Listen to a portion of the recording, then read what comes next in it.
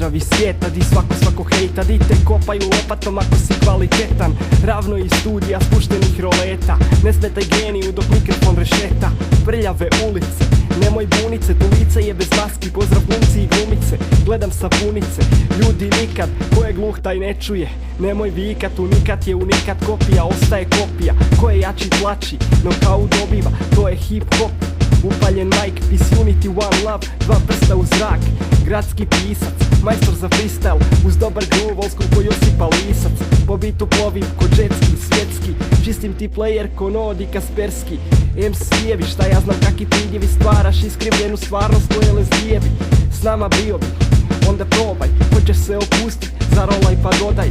Furate pančeve, ja kad furam te polomi, vrati čeljust spada po građevinskoj dozvoli. Reperi lažu, ja pričam samo istinu, kad se malo našalim tada zovu policiju. Tvrd kao beton, hladan ko kurvi srce, grizem kao pitbull, Mike mi oče uzet. Freestyle dobar, sve ti se krste, želiš ukrast show, sebi prste, van orbite letiš, rap nije sentiš, gledaš grad iz tramvaja, toga se sjeti, ljubav leti, ide u susret tebi, svako bi je uzo, nemoj reći da ti ne bi, istina je real, otvori oči, vid mračan ko grad, snimamo po noći, prljave ceste, prljave trake, demoliran studio, spaljen majke, prljavi stari sample, spreman je za sajfer, Tata se vratio, reperi dolje kape, bacanje rima, jezik za zube, volimo glazbu, obožavamo tube.